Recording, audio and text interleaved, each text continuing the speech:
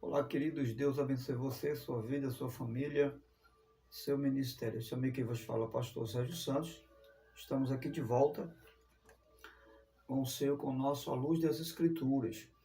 E o que estaremos tratando hoje aqui é algo muito pertinente, especialmente a você que é um líder, você que é um obreiro da igreja, né? É um pastor da igreja, um presbítero, alguém que é responsável por Igreja do Senhor Jesus como organismo, né?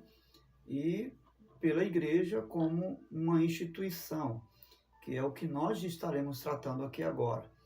Então, nessa breve palestra no contexto do seu conteúdo, porque é uma palestra um pouco abrangente, que vai tocar muitos assuntos importantes, né? Mas no conteúdo seremos breve, porque não estaremos dando muita abrangência ao assunto. Mas de uma forma assim, resumido em seu conteúdo, nós estaremos tratando sobre a administração eclesiástica da igreja. Então, uma das perguntas que nós vamos estar fazendo a abertura dessa palestra aqui é o seguinte: o que a Bíblia diz como e deve ser o cuidado dos bens e dos móveis e imóveis da igreja? O que é que, à luz das Escrituras, dentro de uma coerência bíblica, o que é que podemos trazer a respeito disso? Então, a princípio, é importante lembrar duas coisas: que a igreja ela é tanto um organismo como também uma instituição. Então, só lembrando, a igreja é tanto um organismo como também uma instituição. Quanto ao organismo, ela é a Assembleia dos Santos como o corpo místico de Cristo. Okay? É a Assembleia dos Santos, ou seja, é a reunião de todos os que professam a mesma fé no Evangelho do Senhor Jesus e que se reúnem para adorar o mesmo Deus. Okay? Quanto à organização, né, que no caso, quanto à instituição, né, que essa instituição é justamente o resultado da organização, né, que ela se tornou uma agência do reino de Deus, mas uma agência que tem um caráter social, porque ela trabalha com pessoas, ela trata com pessoas, né? Ela se socializa no meio social. Então, como organização, ela é uma entidade jurídica, ok? Sem fins lucrativos, né? Regida por um estatuto e, portanto, tem responsabilidades contábeis e sociais e também fiscais. Ou seja, a igreja, como organização, é uma entidade jurídica. Pelo fato dela ser uma entidade jurídica, ela não tem, né, ela não tem como objetivo fins lucrativos. O objetivo da igreja aqui, mesmo como instituição, é levar a mensagem do Evangelho, é pregar o Evangelho do reino de Deus. Por isso que ela é uma agência do reino de Deus, ok? Entendendo esse termo, agência do reino de Deus, nós, como instituição, nós agora somos regidos por um estatuto, porque ela é uma instituição, ela é uma agência social, certo? Então ela precisa ter um estatuto, e nesse estatuto, né, portanto, ser responsável,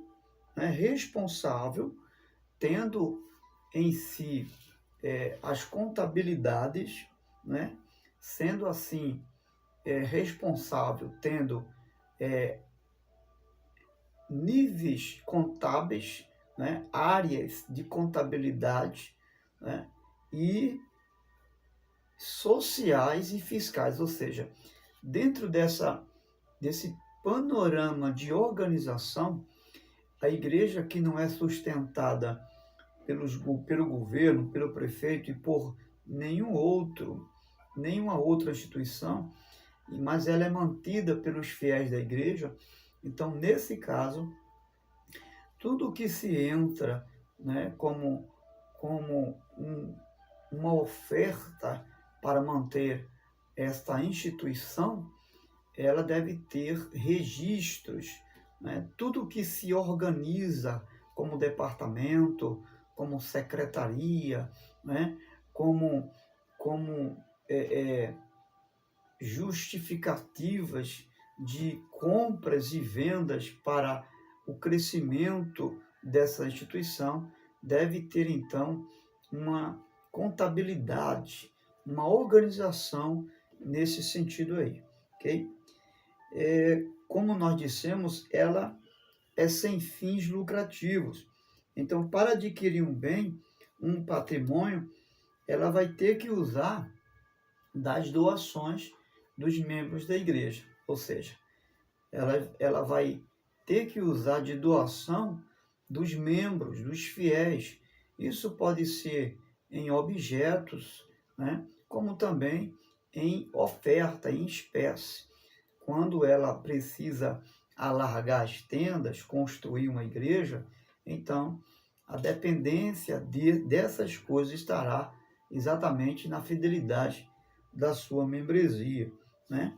Então ela vai usar de doações de membresia, por exemplo, os dízimos, as ofertas, né? E isso tem um contexto no texto de Levítico, no capítulo 30, versículo 27. Na antiga aliança, os dízimos e as ofertas eram consagradas ao Senhor, né? Ou seja, para o serviço da casa do Senhor. Fazendo uma analogia desse acontecimento do Antigo Testamento, nós podemos dizer que tudo que é consagrado, né, ao Senhor, né, nesse sentido, as ofertas e os dízimos são para a manutenção do templo, mas também das atividades diárias da obra do Senhor, certo? Então, a partir daí, nós temos um pressuposto, né, que o patrimônio e a igreja, ela pertence a Deus, né? Tendo como pressuposto de que as ofertas e os dízimos, elas são consagradas ao Senhor e é para o Senhor, nesse contexto, tudo o que é conseguido para o crescimento, para a manutenção da obra do Senhor, pertence ao Senhor, ou seja, pertence a Deus. Cabe agora ao administrador, no caso, o pastor ou líder que é responsável por esta agência do reino, que é uma igreja, uma instituição, criar um departamento, né, com a estrutura, né, um departamento que tenha uma estrutura, né, para que esse departamento de bens móveis sejam plenamente administrados, conservados com todo o zelo possível. Ou seja, cabe ao pastor da igreja, ou líder responsável pela igreja, seja ele um diácono, um pastor, um presbítero, desde que seja responsável, cabe a ele agora estabelecer um departamento que possa administrar esses bens da igreja. E isso é muito importante, nós temos essa compreensão, porque todos os bens da igreja precisam ser bem conservados, precisam ter documentações, precisam ser ratificados, registrados em ata, né, para que possa ser, então, bem organizado no sentido da manutenção da obra do Senhor. Uma outra pergunta a respeito dessa administração eclesiástica da igreja é qual deve ser a postura do pastor que lidera a igreja em relação àqueles que lhe auxiliam. Isso também é muito importante. Então, em alguns aspectos, nós vamos observar que as cartas do apóstolo Paulo, a exemplo que se dirigia a Timóteo, né? Lá no capítulo 5, do 1 ao versículo 2, Paulo vai entrar em tratamento quanto à membresia, que também diz respeito aos auxiliares e aos pastores da igreja. O que é que Paulo vai dizer? Paulo vai dizer e orientar, tratar os anciãos como se fossem seus pais, e aos senhores como se fosse, as senhoras como se fossem suas próprias mães. Então, e aí por diante, ele vai abranger esse assunto de maneira muito detalhada. Então, o texto está falando de tratar com cortesia e com educação todas as pessoas, seja ela um diácono, seja um idoso, seja um jovem. Então, Paulo está orientando Timóteo a ser cortês, a ser respeitoso quanto aos seus auxiliares. Okay? Então, o texto vai falar que os ministros que ensinam, eles devem ter dupla honra. E Timóteo, na orientação que Paulo vai dar a ele, não deve aceitar nenhuma acusação contra o obreiro, a não ser que tenha duas ou mais testemunhas para confirmar a acusação que aquela pessoa faz contra o obreiro. Então, essa cautela é muito importante para que haja equilíbrio, né, no caminho, no que diz respeito à obra do Senhor. Então, o ministro, ele não deve ser conveniente, né? não deve aprovar nenhum tipo de erro do obreiro. Mas, todavia, se existe alguém acusando algum obreiro, Paulo vai orientar Timóteo, que haja testemunhas, e mais de uma testemunha, disse Paulo ao Timóteo, para que não haja nenhum julgamento precipitado. Essa é uma das formas do cuidado e da relação que o pastor deve ter com seus obreiros, respeitando mutuamente, né, cada um dentro da sua realidade. Uma outra pergunta: como usar a autoridade sem autoritarismo, especificamente em relação aos obreiros da casa do Senhor? E uma das respostas é usar com graça e sabedoria, né? Nas Escrituras, qual o líder que referencia como excelência na área administrativa das coisas de Deus? Se você fosse buscar na Bíblia, qual seria um dos líderes que pudesse ser referência para os nossos dias de hoje? Nós tínhamos aí, na minha opinião, particularmente falando, o profeta Samuel. De muitos outros profetas, para mim, ele é um dos profetas referência para se imitar no contexto de usar de autoridade sem autoritarismo. Então, o primeiro ponto que eu quero destacar em relação a Samuel, o profeta, como referência de uma autoridade sem autoritarismo, é que ele conseguiu conciliar o papel de juiz, de profeta e de sacerdote no período de sua liderança.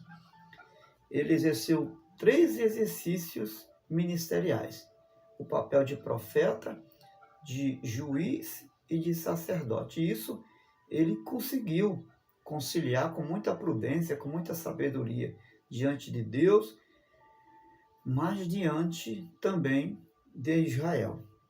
Em segundo lugar, ele conseguiu restaurar a nação, o povo, no período em que ele administrou e como sacerdote, juiz e profeta, ele conseguiu trazer o povo de volta para Deus, através do seu trabalho incansável naquele período e na sua época.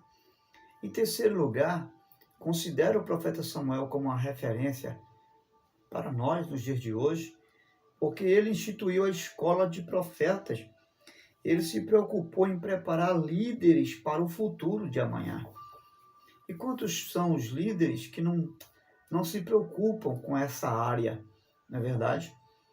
Os líderes, uma boa parte, não está preocupado em ensinar seus obreiros, em orientá-los e até mesmo prepará-los, quem sabe até, para um deles substituí-lo na sua ausência, ou, em caso de morte, a obra ter alguém preparado, né, para dar continuidade à obra do Senhor. Então, isso tem sido uma falta de muitos líderes que não preparam obreiros, que não investem no conhecimento da palavra, porque o conhecimento da palavra na vida de um obreiro é imprescindível. A gente não pode viver um pensamento espiritualista, né, de que somente saber ler a Bíblia ou saber o que é que tem que fazer como um diácono, como obreiro, está suficiente. Não, tem muita informação a nível de serviço no reino de Deus que o líder, ele precisa preparar seus obreiros para que eles também possam preparar outros e a obra ter um crescimento aí avassalador no reino de Deus. Em quarta instância, Samuel foi um líder de referência porque foi durante o seu ministério que os filisteus sofreram grandes derrotas em Ebenezer, né? Ou seja, o Senhor deu grandes livramentos ao povo de Israel durante o período em que o profeta Samuel exerceu seu ministério. Isso é uma referência para nós. Nós devemos nos colocar como pessoas que estejam levando o povo a vencer suas guerras em nome de Jesus. Em sexta instância, foi Samuel usado por Deus para fazer uma transição entre o período da monarquia, né? O período, melhor dizendo, dos juízes e o período monarca.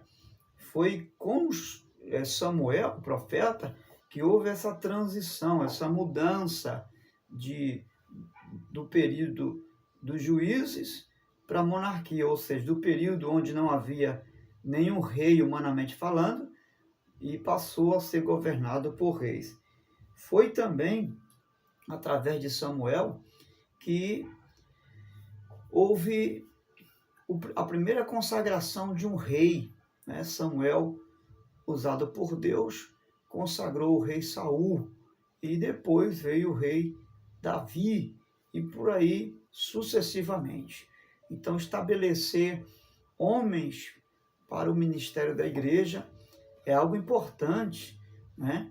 Levantar obreiros para dar continuidade à obra de Deus, né? Costumo dizer que uma das bases do ministério de um pastor não é o seu ministério em si, mas uma das bases do ministério de um pastor é justamente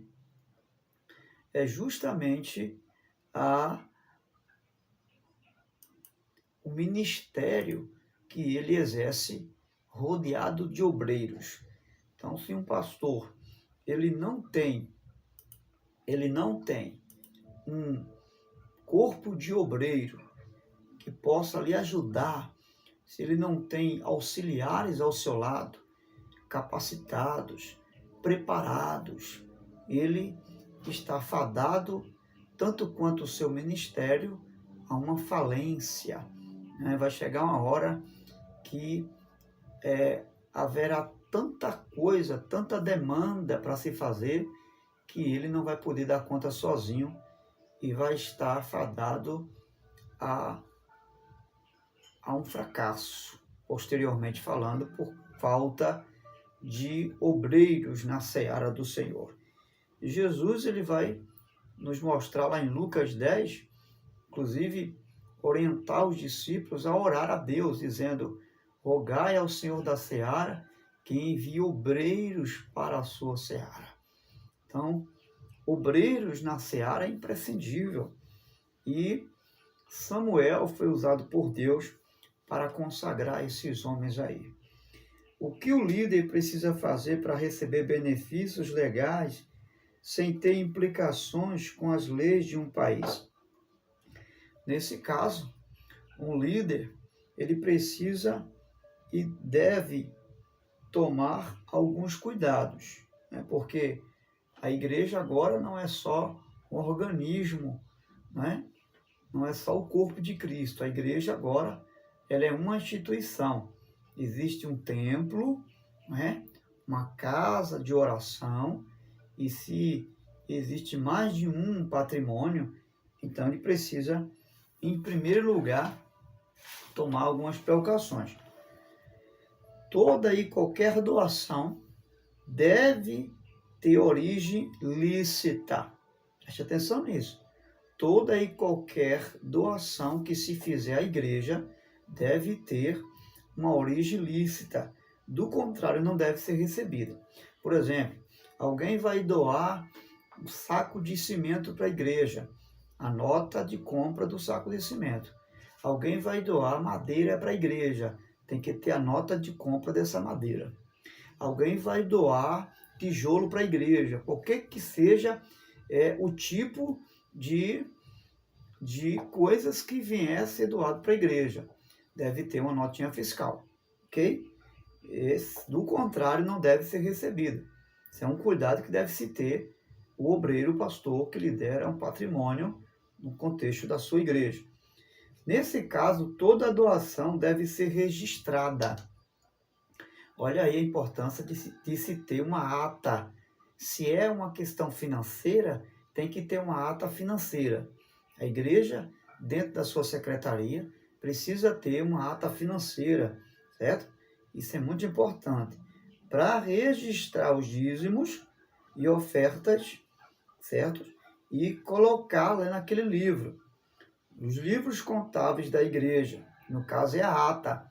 Então é imprescindível que uma instituição, a igreja, é necessário que ela tenha uma ata para que se registre tudo que entra e tudo que sai, seja isso material ou em espécie, no sentido de dízimos e ofertas da igreja. Essas doações de lotes, por exemplo, se a igreja recebe a doação de um terreno, ok?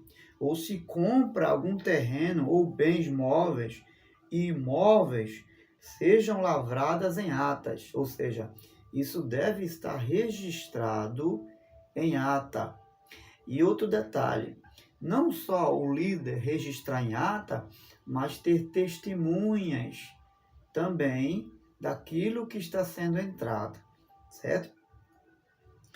E em assembleia geral, ou seja, deve ter o conhecimento de uma equipe do ministério, o pastor deve trazer isso ao conhecimento de uma equipe de confiança do ministério da igreja, para que isso seja de conhecimento dos líderes que lhe auxilia quanto às coisas pertencentes ao templo da igreja, ok?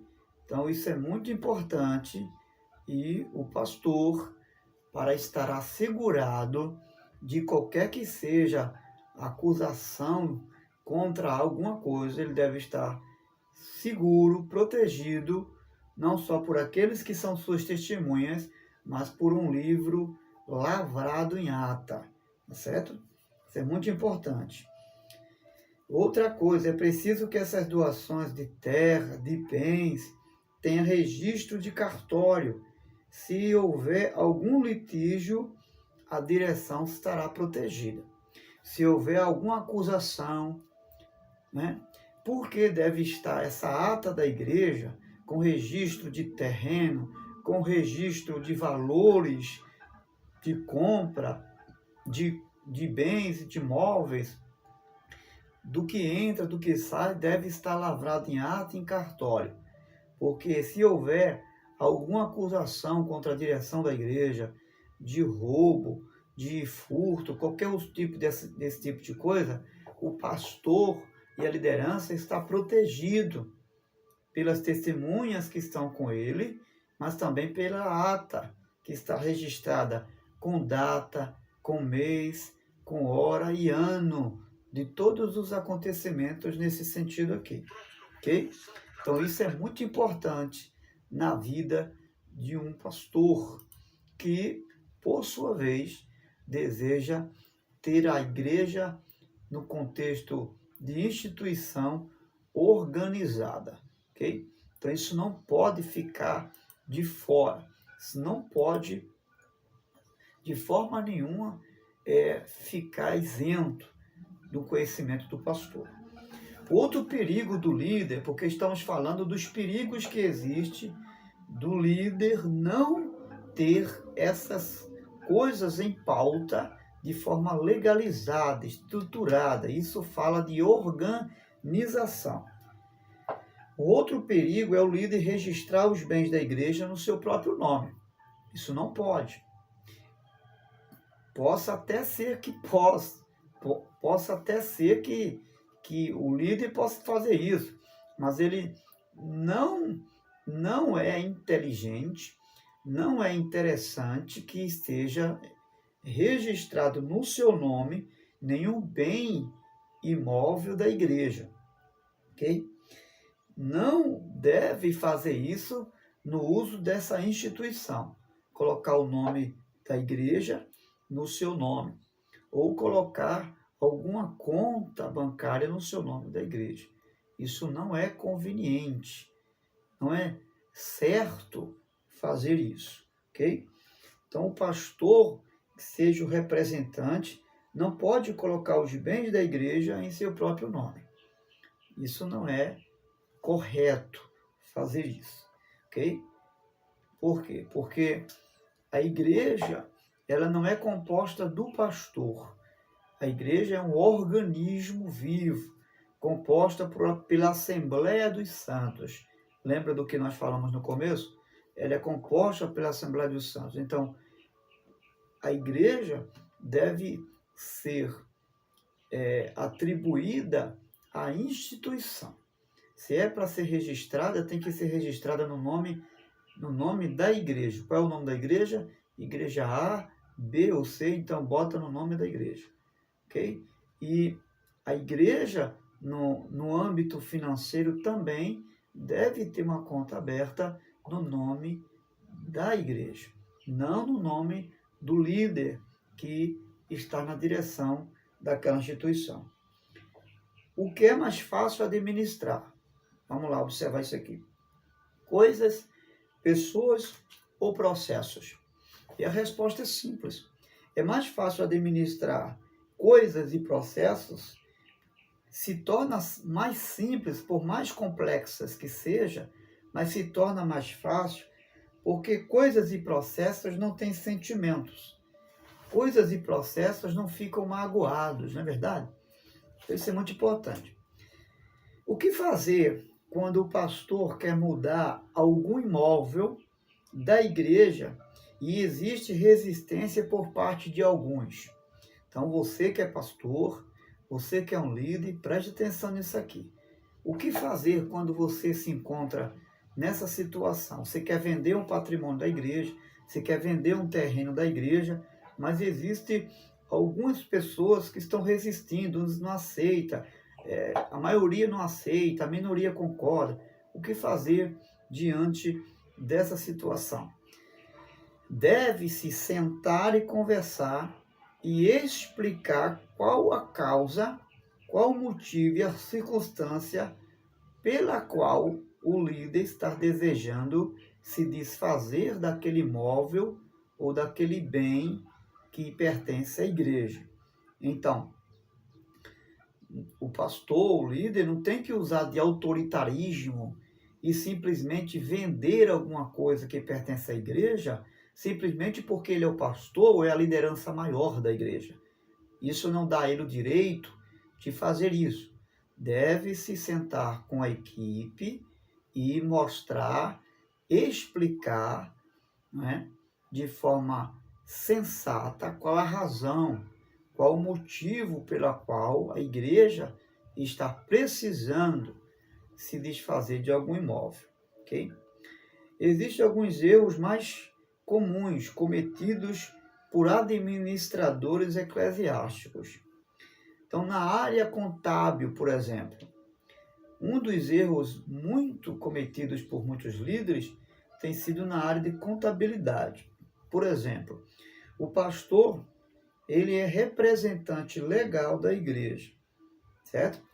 A igreja não é isenta de pagar os impostos, porém é isenta de fazer declarações, ok? Isso aí é muito importante. A igreja, ela precisa pagar os impostos, impostos de terreno, água, luz e tantas outras coisas que é necessário pagar. Por exemplo, se tem um zelador de carteira assinada, tem que pagar o salário dele. Se há algum outro funcionário que trabalha como pedreiro da igreja, só faz esse trabalho para a igreja, então tem que registrar entrada e saída daquele funcionário. E tudo isso deve ser pago como imposto, ok? A única coisa que a igreja é isenta é de declarações. Um outro problema é misturar a responsabilidade da igreja com as responsabilidades pastorais. Então, tem que fazer distinção das responsabilidades que a igreja tem como agência do reino de Deus e das responsabilidades que o pastor tem, certo? Pode ocorrer um outro problema, e um outro problema que pode surgir é misturar essas decisões em detrimento de uma área ou de outro. Deixa eu explicar isso aqui. Exemplo, o pastor que se dedica a construir templos, organizar a igreja, estruturar os departamentos de forma física, ele termina deixando a desejar muitas outras obrigações e responsabilidades pastorais que ele tem. Ou seja, um dos problemas existentes nessa área administrativa do pastor é ele arrogar para si todas essas demandas e atividades, se responsabilizar pelas construções, se responsabilizar pelas administração eclesiástica da igreja, se responsabilizar por administração financeira da igreja, se responsabilizar por abrir congregações, ou seja, ele responde por tudo e por todas as coisas ao mesmo tempo, sem ter alguém para lhe auxiliar nessas áreas. Vai terminar ele sendo fadado a comprometer alguma área aí. E isso não é inteligente por parte da liderança dessa igreja. Então, o perigo de centralizar tudo em uma única pessoa, que é a pessoa do pastor. Então, o pastor não pode centralizar todas as demandas, né, de atividades para ele mesmo. Não. Por exemplo, datas comemorativas, né, fica sobre sua responsabilidade, ata financeira da igreja, data festiva de aniversário, construção de igreja, compra de terreno, compra de imóveis, saber o que entra e o que sai, enfim, a secretaria é com ele, ou seja, não existe nada que ele possa compartilhar com o obreiro que possa ser da sua confiança, alguma outra área, tudo ele acarreta para si. Isso não é interessante porque vai acarretar, melhor falando, muitas atividades para si sozinho. Ele vai terminar comprometendo alguma área ali de alguma forma, ok? Ou seja, ele vai estar sendo sobrecarregado e não terá êxito nesse sentido aí. Nesse sentido, o pastor não terá êxito e de alguma forma ele vai ser prejudicado, ok? E aí o que é que vai acontecer? Ele pode gerar para ele problemas emocionais, pode gerar nele problemas psicológicos, problemas até espirituais, porque nesse sentido de sobrecarga, ele não vai ter tempo nem para orar, nem para estar nos cultos de reunião da igreja. Por quê? Porque ele está acarretado. Isso vai trazer problemas físicos de saúde, problemas emocionais, porque ele vai lidar com vários tipos de problemas.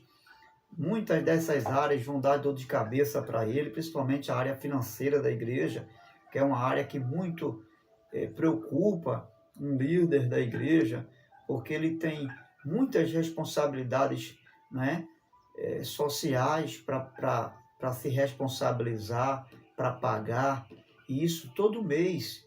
Então não é brincadeira, né? O pastor se preocupa muito. Imagine você, ele centralizando tudo para si, né? Ele vai terminar sendo um pastor adoecido e muitos chegam até a terem problemas muito sérios de saúde. Então acaba prejudicando aí também a sua família, os filhos, a esposa. E alguns pastores não conseguem nem delegar, né, isso para um outro pastor, para alguém da sua confiança. E aí, é claro, existem as implicações disso. Não estou generalizando que isso é o problema de todos, mas pode ser o problema de alguns, de não delegar ofícios a outros pastores, né, seus auxiliares, quem sabe por não confiar, não confia no obreiro, né, ou por simplesmente ter um senso de controle absoluto, né? Tem pastor que quer centralizar tudo nele. É só ele que diz, é só ele que determina. Se alguma coisa surgir fora dele, ele não aceita. E isso não é inteligente, não é prudente por parte de nenhuma liderança. Tem que haver um bom senso. Não pode ter esse senso de autoritarismo, né, centralizando tudo nele, né? É muito complicado isso. Não estou generalizando, mas possa ser que algumas lideranças por aí afora tenham essa postura e não é prudente. Existe um outro problema na vida de um líder, que é o de não tirar o momento de folga, né? Tem líder que não para, entra um ano, entra o outro, e ele não tem um período para parar, para descansar a mente, para tomar um pouco de ar fresco, né? Vamos dizer assim, dar uma saída com a família, né? E isso é muito ruim, porque isso gera problemas emocionais, psicológicos e físicos na vida do pastor, na vida do líder, certo? Essa ideia de não tirar folga é muito equivocada por parte do líder. Tem líder que espiritualiza, mas pastor não tem folga, Jesus não tinha folga. Quem disse a você que Jesus não parava para um momento de descanso com os discípulos, né? A Bíblia vai registrar que alguns momentos nessa trajetória de Jesus, eles não tinham nem tempo para comer. E Jesus, certa feita, manda os discípulos pararem para descansar. Ele se ausenta da multidão com os discípulos e vão para um lugar somente deles, para refrescar um pouco a mente, para acalmar os ânimos, né, diante das pressões do povo. Então isso é importante. Você tem o direito, sim, pastor, líder, de tirar um momento de folga, um mês, né? Entendeu? Leva o conhecimento da igreja, deixa alguém responsável lá, né? Deixa de ser autoritário, deixa de ser presunçoso, de achar que se você se ausentar um mês, as coisas não vão andar como deveriam. Isso não deve acontecer. Essa mentalidade é doentia. Essa mentalidade, ela é infantil, né? A sabedoria que Deus deu a você pode dar ao teu auxiliar também. Você pode levantar alguém para responder na sua ausência. E é claro, dificilmente um líder, mesmo ausente, deixa de ser comunicado, né, das coisas que acontecem ali, embora deve ser algo importante o líder depositar confiança no outro e não ficar preocupado, vai se ausentar, que se ausente mesmo. Não ficar preocupado, se dirigir ao pastor só na última instância, se realmente ele não puder resolver aquele problema que está acontecendo ali, ok? Então, para isso que existem os seus auxiliares, para dar esse suporte ao seu pastor, ok? Existem os seus auxiliares, e eu quero crer que existem homens fiéis ali que você possa, pastor, dar um voto de confiança, tá certo?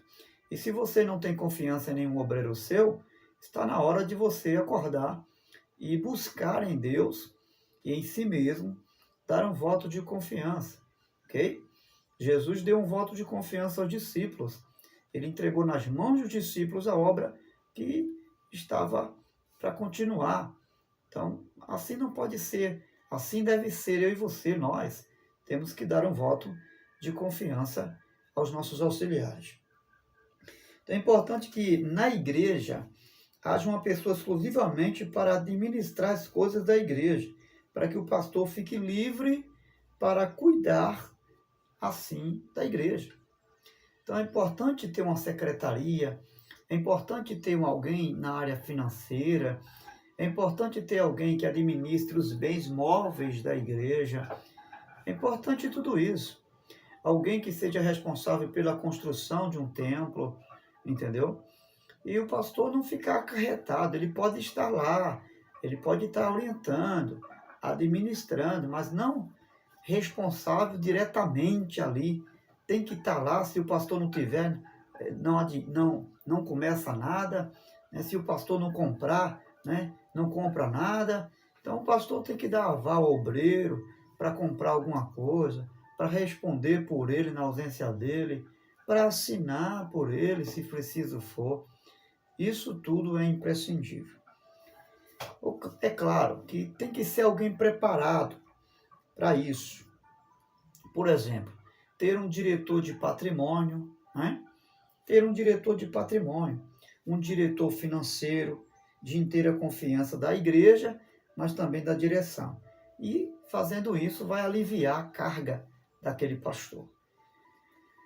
O pastor teria então um tempo maior. Fazendo isso, é claro, você terá um tempo maior para cuidar dos bens, ou seja, para cuidar da igreja em si, né?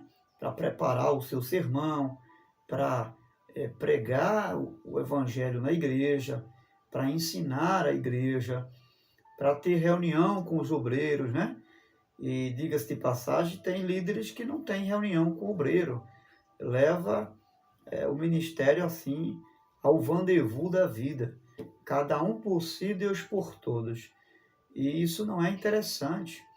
É importante que você tenha um mês aí, uma data, se não for todo mês, mas de 3 em 3 meses, de 2 em 2 meses, uma vez por ano, 2 vezes, 3 vezes, quantas vezes for preciso se reunir com a liderança para passar a visão, saber como é que está a igreja do pastor A, do pastor B, do evangelista, como é que anda o ministério diaconal, se os obreiros têm alguma sugestão.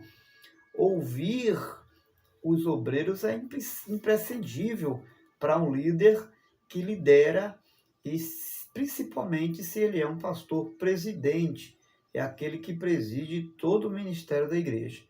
Então, ter essa reunião com os líderes é importante, passar a sua visão.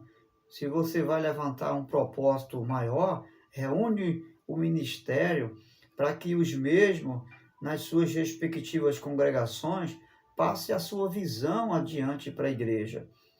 E nesse sentido, tudo vai ficar bem centralizado, né? para a glória de Deus. Então isso é importante, ter tempo para dedicar à função primária, que é ministrar a palavra de Deus, para você também fazer uma visita ao enfermo, né? E se envolver mais com o povo. Tem pastor que não se envolve com a igreja porque está ocupado com construção, está ocupado com a área financeira, está ocupada com viagem, está ocupada com congregações, né? Enfim, então você precisa se envolver mais com a igreja, sentar para atender o povo, ter tempo para você aconselhar as pessoas, tirar um dia específico para atender a demanda, não é? Então isso é muito importante. Tem pastor que ele só sobe no púlpito e dali não desce mais, não atende o povo, não busca visitar os irmãos. E isso às vezes porque está acarretado de muitas coisas e não divide as tarefas para deixar ele com mais tempo. Um outro problema, então, resumindo aqui em síntese, por que o pastor centraliza tudo nele mesmo? Das duas, uma. Ou essa pessoa não é capacitada para ele compartilhar aquela tarefa que ele tomou para si, ou ele não goza de confiança do pastor, ou o pastor não confia nos obreiros que tem. Das duas, uma. Ou aquela pessoa não é capacitada, ou ele não tem obreiro capacitado para isso, ou o pastor não goza de confiança dessa pessoa, ou aquela pessoa não goza de confiança do pastor. Essas três aí, uma delas é um fato. Então, outro problema é pastores pensarem que delegando essas tarefas irão perder o controle. Tem pastores que têm medo de delegar,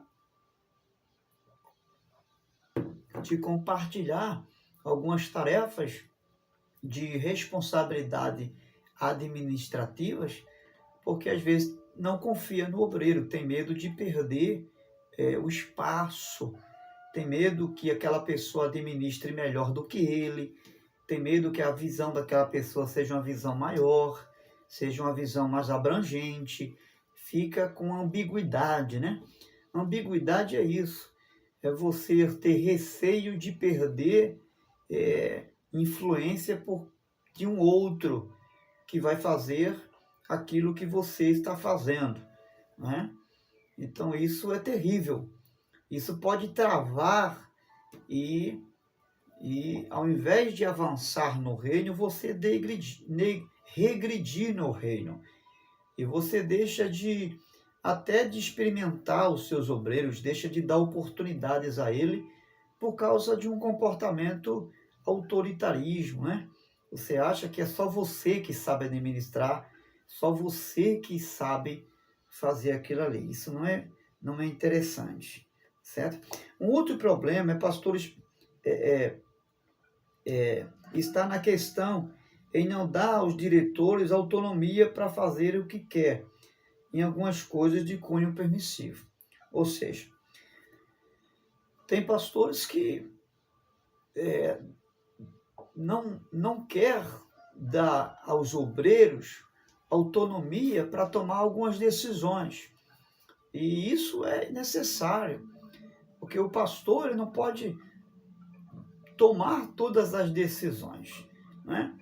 O pastor local, o pastor que é incumbido, é delegado pelo pastor presidente, né? Ele precisa ter autonomia para decidir, para resolver problemas locais, para resolver algumas situações de ordem disciplinar, de ordem de compra, de ordem de pagamento, certo? De ordem administrativa, porque ele cuida de uma igreja. Então, o pastor local ele precisa ter autonomia para isso, porque no dia que o pastor presidente não estiver e ele precisa assinar alguma coisa, ele tem que ter legalidade para isso. Precisa ser delegado para ele autonomia para resolver muitas outras coisas que, na ausência do pastor, presidente, ele precisa delegar. Caso contrário, muitas coisas vão ficar a desejar, porque não foi delegado autonomia para aquele obreiro que está ali. Ok? Então, essa unidade, esse conjunto de trabalho coletivo vai ajudar ainda mais pelo fato de ter mais um para pensar, para avaliar e para agir da maneira correta. Então, em vez de isso atrapalhar, isso só vai somar, ok? Isso só vai somar. Então, a falta de investimento, né, em um irmão que deseja fazer, que deseja atuar em alguma determinada área, isso deixa a desejar no ministério de qualquer pastor, ok? Por exemplo, se é na área administrativa e o pastor percebe que aquela pessoa não tem, por exemplo, que é um secretário, mas ela não tem uma habilidade, ele não tem habilidade para aquilo, então paga um curso de secretaria para aquela pessoa, né? Precisa de pessoas com talento para tocar um violão, não tem quem saiba tocar, então paga um curso de violão para alguém.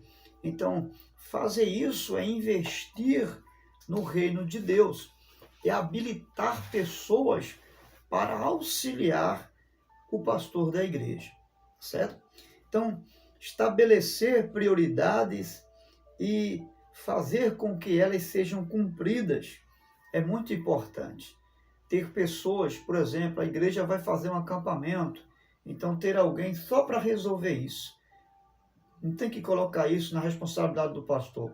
O pastor vai ficar ali dando o aval dele, mas quem vai administrar é outras pessoas. A igreja vai fazer uma viagem missionária. O pastor não tem que se preocupar com o ônibus, não tem que se preocupar com a passagem, com nada disso. Tem que ter alguém responsável só para isso. Tá certo? Então, isso é importante. A exemplo de um lazer, de uma viagem missionária.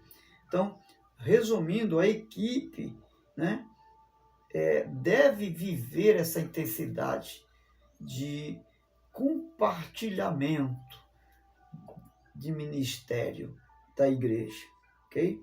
E o pastor, por sua vez, se é um pastor presidente, delegar funções, compartilhar funções, não deixar tudo para si só, não centralizar tudo em si só, porque isso vai acarretar em sérios problemas, né?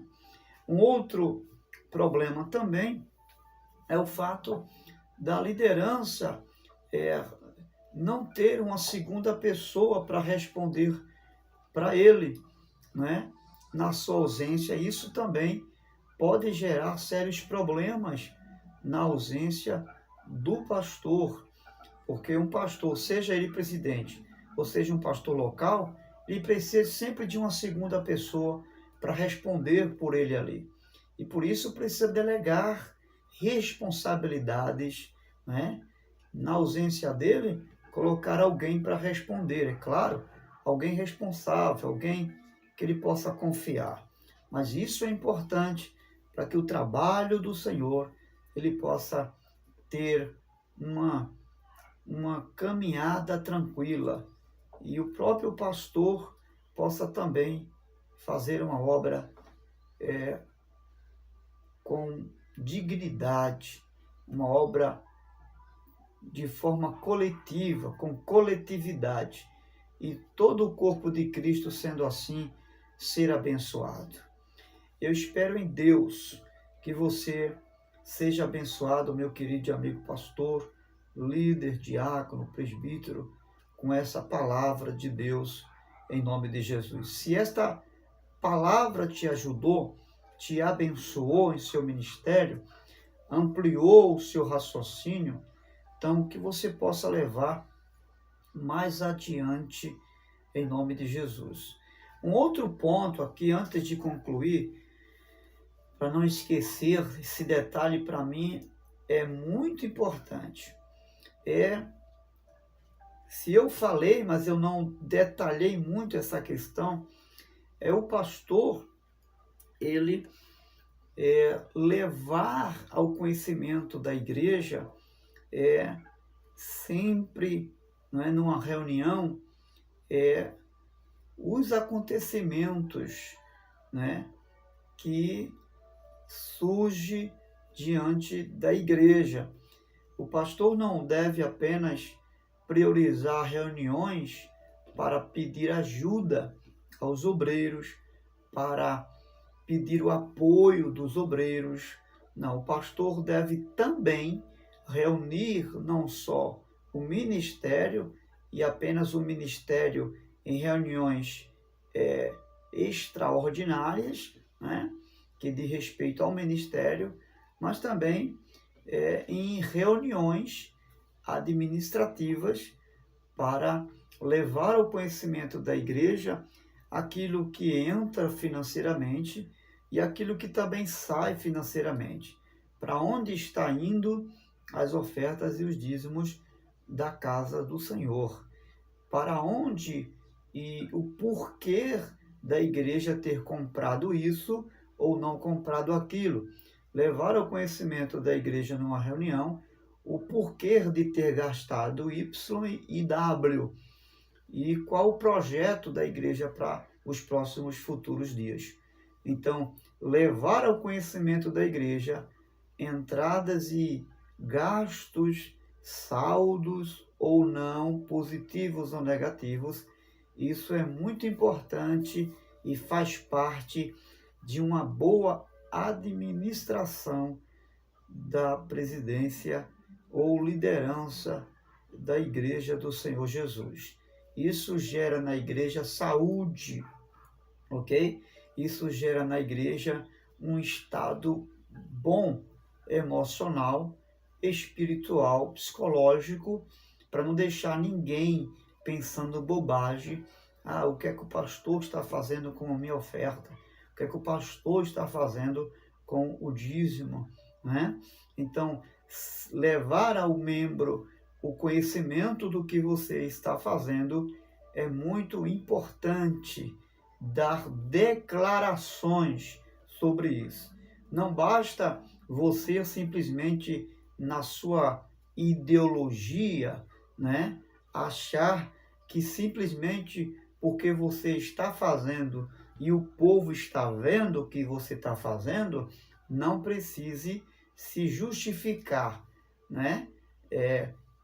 Numa ata, não precise mostrar em uma leitura de ata o que está se fazendo ou não na área financeira da igreja, ou o que se está fazendo no contexto de missões, na obra missionária em outras congregações, ou quais são os seus projetos para o ano que vem, ou quais são suas expectativas no conceito de construção da igreja.